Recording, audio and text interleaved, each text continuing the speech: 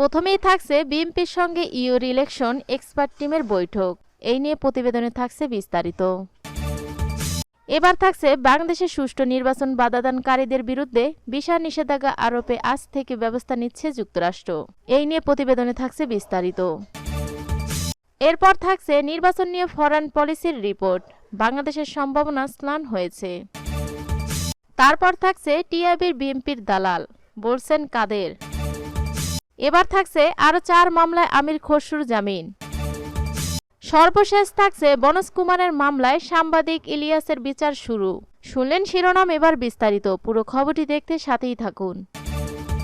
বিএনপির সঙ্গে বৈঠক করেছে দ্বাদশ জাতীয় সংসদ নির্বাচন পর্যবেক্ষণে 2 মাসের জন্য ঢাকায় আসা ইউরোপীয় ইউনিয়নের 4 সদস্য ইলেকশন এক্সপার্ট টিম।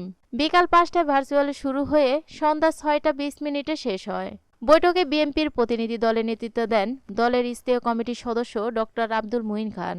এছাড়া নজরুল ইসলাম খান সহ বৈঠকে উপস্থিত ছিলেন চেয়ারপারসন উপদেষ্টা কাউন্সিল সদস্য ইসমাইল জবিউল্লাহ, বিএনপির সাংগঠনিক সম্পাদক শামা ওবায়েদ, বিএনপি আন্তর্জাতিক বিষয়ক সম্পাদক হুমায়ুন কবির ও বিএনপির মানবাধিকার বিষয়ক সম্পাদক অ্যাডভোকেট আসাদুজ্জামান আসাদ। বিষয়টি নিশ্চিত করে বিএনপির মিডিয়া সেলের সদস্য সাইদুল কবির খান। সূত্র জানায়, বৈঠকে বিএনপির পক্ষ থেকে ভোট কেন্দ্রের নানান চিত্র, নির্বাচনের পরে সরকারের পক্ষের স্বতন্ত্র প্রার্থীদের অভিযোগ ও ভোটের নানা অনিয়মের চিত্র প্রমাণ সহ তুলে ধরা হয়। জানতে চাইলে বিএনপির স্থায়ী কমিটির সদস্য ডক্টর মুহিন খান বলেন, নির্বাচনে যা ঘটেছে সেই সত্যটাই আমরা তুলে ধরেছি। কোনো প্রেক্ষাপটে দেশের জনগণ ভোট কেন্দ্রে যায়নি, সেটা রিয়েল চিত্র নির্বাচন পর্যবেক্ষক টিমের জানা প্রয়োজন। বৈঠকে ইউ ইলেকশন এক্সপার্ট টিমের প্রতিনিধি দলের সদস্য ডেভিল নোয়েল ওয়ার্ড। এর আগে গত 29 নভেম্বর ঢাকায় পৌঁছায় ইউএর 4 সদস্যের নির্বাচনী এক্সপার্ট টিম। বাংলাদেশের সুষ্ঠু নির্বাচন বাধাদানকারীদের বিরুদ্ধে ভিসা নিষেধাজ্ঞা আরোপে আজ থেকে ব্যবস্থা নিচ্ছে যুক্তরাষ্ট্র। বাংলাদেশে গণতান্ত্রিক নির্বাচন প্রক্রিয়ার বাধাদানকারীদের বিরুদ্ধে ভিসা নিষেধাজ্ঞা আরোপে আজ থেকে ব্যবস্থা নিচ্ছে যুক্তরাষ্ট্র। যুক্তরাষ্ট্রের পররাষ্ট্র দপ্তরে এক বিবৃতিতে তথ্য জানানো হয়েছে। নিষেধাজ্ঞার আওতায় বাংলাদেশের আইন প্রয়োগকারী সংস্থার সদস্য, ক্ষমতাসীন ও বিরোধী রাজনৈতিক দলের সদস্যরা আছেন বলে বিবৃতি উল্লেখ করা হয়েছে। ভিসা নিষেধাজ্ঞার আওতায় পড়া ব্যক্তিদের পরিবারের সদস্যরাও এই অন্তর্ভুক্ত হতে পারেন। বিবৃতিতে আরো বলা হয়, সুষ্ঠু নির্বাচন প্রক্রিয়াকে বাধাগ্রস্ত করার ক্ষেত্রে আরো যারা দায়ী বা জড়িত বলে প্রমাণিত হবে, ভবিষ্যতে তাদের বিরুদ্ধে ভিসা নিষেধাজ্ঞা আরোপ হতে পারে। এই তালিকায় বাংলাদেশের বর্তমান ও সাবেক সরকারি কর্মকর্তা, আইন প্রয়োগকারী সংস্থার সদস্য, ক্ষমতাসীন ও বিরোধী রাজনৈতিক দলের সদস্য, বিচার বিভাগ ও নিরাপত্তা বাহিনীর সদস্যরাও থাকবেন। বাংলাদেশে শান্তিপূর্ণভাবে অবাধ ও সুষ্ঠু নির্বাচন প্রয়োজন করতে যুক্তরাষ্ট্র তাদের সমর্থন অব্যাহত রাখবে বলে বিবৃতিতে জানানো হয়। বিবৃতিতে মার্কিন পররাষ্ট্র দপ্তরের মুখপাত্র ম্যাথু মিলার বলেন, বিশ্বব্যাপী গণতন্ত্রকে এগিয়ে নিয়ে যাওয়া এবং বাংলাদেশের শান্তিপূর্ণ, অবাধ ও নিরপেক্ষ জাতীয় নির্বাচনের সমর্থনে যুক্তরাষ্ট্রের প্রতিশ্রুতির প্রতিফলন আজকে এই ঘোষণা। বাংলাদেশের 7 জানুয়ারি অনুষ্ঠিত জাতীয় সংসদ নির্বাচনে বিশ্ব কমপক্ষে 2 জন নেতা আনন্দিত। তাদের একজন অবশ্যই বাংলাদেশের প্রধানমন্ত্রী শেখ হাসিনা। তিনি টানা 4র্থ মেয়াদে ক্ষমতায় এসেছেন। অন্যজন হলেন ভারতের প্রধানমন্ত্রী নরেন্দ্র মোদী। তার প্রতি শেখ হাসিনা বিরল এক বন্ধুত্ব প্রদর্শন করেন। ঢাকা গণতন্ত্রের দিক দিয়ে পশ্চাৎ ধারণ করেছে, এতে বাকি বিশ্ব নিরুৎসাহিত বা হতাশ। কিন্তু বৈশ্বিক অনুমোদন তুলনামূলকভাবে কম। 2018 সালের নির্বাচনে শেখ হাসিনা ক্ষমতাসীন আওয়ামী লীগ চেয়েছিল 257টি আসন, কিন্তু এবার সংসদ নির্বাচনে 298 আসনের মধ্যে তার দল জিতেছে 222 আসনে। প্রধান বিরোধী দল বাংলাদেশের জাতীয়তাবাদী দল বিএনপি সহ আরও কিছু দল নির্বাচন বর্জন করায় এতে সহায়ক হয়েছে। বিএনপির বহু নেতা ও কর্মী জেলে ছিলেন নির্বাচনকালে। অনেক আসনে কথিত ডামি প্রার্থী দেওয়া হয়েছিল। এসব রাজনীতিকে সামনে আনা হয়েছিল যাতে নির্বাচন প্রতিদ্বন্দ্বিতাপূর্ণ হয়েছে এটা দেখানো যায়। তারা স্বতন্ত্র বা নামমাত্র অন্য দলের প্রতিদ্বন্দ্বিতাতে করে নির্বাচন করেছেন। বিশ্ববাসী যখন গাজা ও ইউক্রেন যুদ্ধের দিকে বেশি দৃষ্টি দিয়েছে, তখন শেখ হাসিনা হয়তো জানতেন যে বাংলাদেশের নির্বাচনের দিকে কারো কোনো আকর্ষণ থাকবে না। ভোটারদের ভীতি প্রদর্শন করা হয়েছে। যেসব মানুষ রাষ্ট্রীয় কল্যাণমূলক সুবিধা পান, তাদেরকে স্থানীয় আওয়ামী লীগের নেতারা সতর্ক করেছেন যে ভোট না দিয়ে প্রদয় সুবিধা কেড়ে নেওয়া হবে। 2018 সালে বিরোধী নির্বাচনের অংশ নিয়ে বিশ্বাসযোগ্য নেতাদের প্রার্থী করেছিল, কিন্তু নির্বাচনে ব্যাপক অনিয়ম এবং নির্বাচন অনুষ্ঠানে একটি তত্ত্বাবধায়ক সরকারের কাছে ক্ষমতা হস্তান্তরে আওয়ামী লীগের অস্বীকৃতির কারণে বিরোধীরা এই বছর নির্বাচন বর্জনের সিদ্ধান্ত নেন। যদিও আওয়ামী লীগকে শক্তিশালী বলে মনে করা হচ্ছে।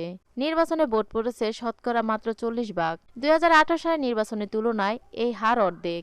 একই সঙ্গে এবার নির্বাচনে ভোটের এই হার গত 3 দশকের মধ্যে সর্বনিম্ন ভোটের অন্যতম। ভোটের এই হার নিয়ে এমনকি পর্যবেক্ষকদের মধ্যে দ্বিধাদ্বন্দ্ব আছে। প্রতিশোধ নেওয়া হতে পারে এই ভয়ে নাম প্রকাশ না করার শর্তে একটি সূত্রে বলেছেন। তিনি 7ই জানুয়ারির ভোট চলাকালে বেশ কয়েকটি বুথ পরিবেশন করেছেন। তিনি রিপোর্ট করেছেন যে কিছু বুথে দুপুর 2টা পর্যন্ত হাতে গোনা কিছু ভোটার ছিলেন। কোনো কোনো স্থানে ভোট দিয়েছেন শতকরা 5 থেকে 10 ভাগের মধ্যে। স্থানীয় সময় বিকাল 3টায় বাংলাদেশের নির্বাচন কমিশনার বলে ভোট দিয়েছেন শতকরা 27 ভাগ ভোটার। তারপর বিকেল 4টায় ভোট গ্রহণ শেষ হয়। শেষের 1 ঘন্টার ওই হার দ্রুত বেড়ে শতকরা 40 ভাগে উঠে যায়। 7 জানুয়ারি এগিয়ে আসার সঙ্গে সঙ্গে রাজনৈতিক বিরোধীদের বিরুদ্ধে দমনপীড়ন অব্যাহত রাখে শেখ হাসিনার সরকার। নির্বাচনের ঠিক আগে স্থায়ী একটি আদালত ক্ষুদ্র ঋণের প্রবক্তা ও শান্তিতে নোবেল পুরস্কার জয়ী একমাত্র বাংলাদেশি প্রফেসর ডক্টর মোহাম্মদ ইউনূসকে শ্রম আইন লঙ্ঘনের দায়ে অভিযুক্ত করে 6 মাসের জেল দেয়।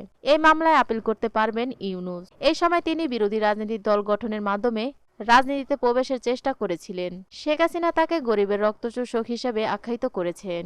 অ্যামনেস্টি ইন্টারন্যাশনাল সাবেক সেক্রেটারি জেনারেল আইরিন খান এই রায়কে বিচারের নামে প্রতারণা হিসাবে অভিহিত করেছেন।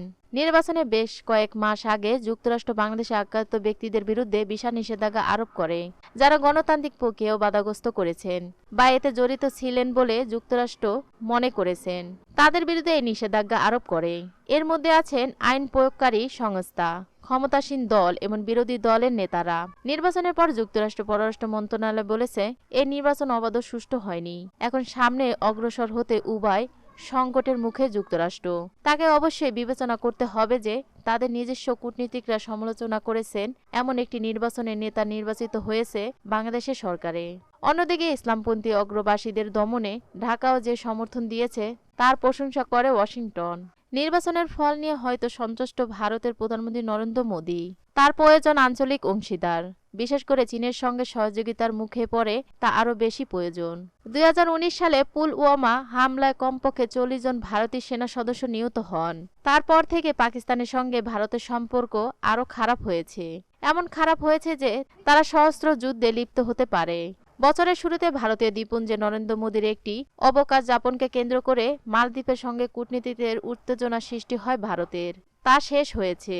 ওই বিরোধে নরেন্দ্র মোদীর সমর্থকরা মালদ্বীপের চেয়ে ভারতের সমুদ্র সৈকতের প্রশংসা করেছিল এবং মালদ্বীপকে আরও বেশি করে চীনা শিবিরের দিকে ঠেলে দেওয়া হয়। সর্বশেষে শ্রীলঙ্কা ভারতীয় একটি পরিবেশ বন্দর প্রকল্পের সাম্রাজ্য বিচ্ছেদ নিয়ে কলম্বোর সঙ্গে সম্পর্ক ছোঁয়া ফেলছেন। শেখ হাসিনা সবসময় নরেন্দ্র মোদীর সমর্থন পাচ্ছেন। অনেক বছর ধরে ভারতে বিচ্ছিন্নতাবাদীরা যারা বাংলাদেশে নিরাপদে আশ্রয় গ্রহণ করেছিল তাদের কর্মকাণ্ডকে খর্ব করায় ভারতীয় কৌশলে সহায়তা করেছেন বাংলাদেশ। একই সঙ্গে ভারতের সন্ত্রাস বিরোধী অপারেশনে সহযোগিতা করে যাচ্ছে বাংলাদেশ। বঙ্গোপসাগরে বড় একটি অর্থনৈতিক উদ্যোগ নেওয়া দিল্লির সঙ্গে যোগাযোগ রাখছেন ঢাকা। নিউজটি সম্পূর্ণ দেখার জন্য ধন্যবাদ।